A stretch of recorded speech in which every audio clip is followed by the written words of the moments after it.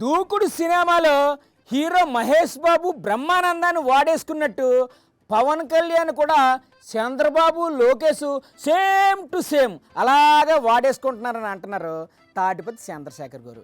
నమస్తే అన్న, ఎలాగుంది లోకేష్ బాబు గారు పనితీరు? ఈ రాష్ట్రంలో ఏ పని జరగాలన్నా క్యాష్, రాజేష్, లోకేష్, ఇది కొత్త ఫార్ములా. అసలు రాజేష్ కు లోకేష్ కు మధ్యలో ఉన్న లింక్ ఏంటన్నా? గతంలో ఒక సినిమా వచ్చేది కమల్ హాసన్ గారు. కమల్ హాసన్ సినిమా అంటే ఏ సినిమా అది? విచిత్ర సహోదరులని.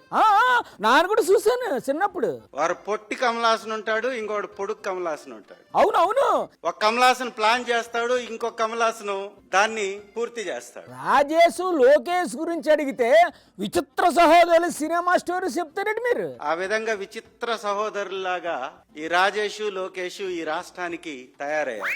ఇద్దరికి మంచి అండర్స్టాండింగ్ ఉందన్నమాట. డిఎస్సికి సంబంధించినటువంటి వ్యవహారం మీద జరిగిన తప్పుల మీద ప్రెస్ మీట్ పెట్టలేనటువంటి మంత్రి ఆయనకు బదులుగా హోంమంత్రి గారు ప్రెస్ మీట్ పెట్టారు కదా, సరిపోదా? దూకుడు సినిమా చూసారా? నేను 3 సార్లు చూసానన్నా. ఆ సినిమాలో బ్రహ్మానందాన్ని ఏ విధంగా వాడుకుంటారో ఆ విధంగా ఈ లోకేష్ గారు, చంద్రబాబు నాయుడు గారు ఈ పవన్ కళ్యాణ్ ని ఆ విధంగా వాడుకుంటారు. అంటే ఎలా? ఏదన్నా ఈ రాష్ట్రంలో తీవ్రమైన వ్యతిరేకత వస్తుంది అని అనుకున్నప్పుడల్లా దూకుల్లో బ్రహ్మానందం క్యారెక్టర్ ఎంటర్ అయినట్టుగా పవన్ కళ్యాణ్ గారి క్యారెక్టర్ ఎంటర్ అయిపోతుంటుంది. పవన్ కళ్యాణ్ మీకు బ్రహ్మానందలాగా కనిపిస్తున్నాడా?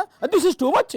2వ సంవత్సరానికే బకెట్ దన్నేశారు. మరి ఆల్రెడీ రాష్ట్రం విపరీతంగా అభివృద్ధి చెందిపోయిందని అంటున్నారు. డబ్బా కబుర్లు, డాబుసరి మాటలు, అంతేనంటారా? వీళ్ళది ఎట్లుంటుందంటే ఒక సామెత, బాగా మంచి సామెత. ఎలా ఉంటుందన్నది? గంగిరెద్దు పని చేయదు, ఆ మెడలో గంటను మాత్రం బాగా మోగిస్తా ఉంటది. అలా ఉంది వీళ్ళకి. అంటే ఆ ముగ్గురులో ఎవ్వరూ పని చేయటం లేదా? ముగ్గురు పని చేయరు. మరి ఏడు చేస్తారన్న ఆ ముగ్గురు?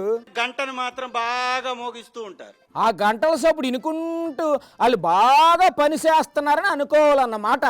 అంతేనా?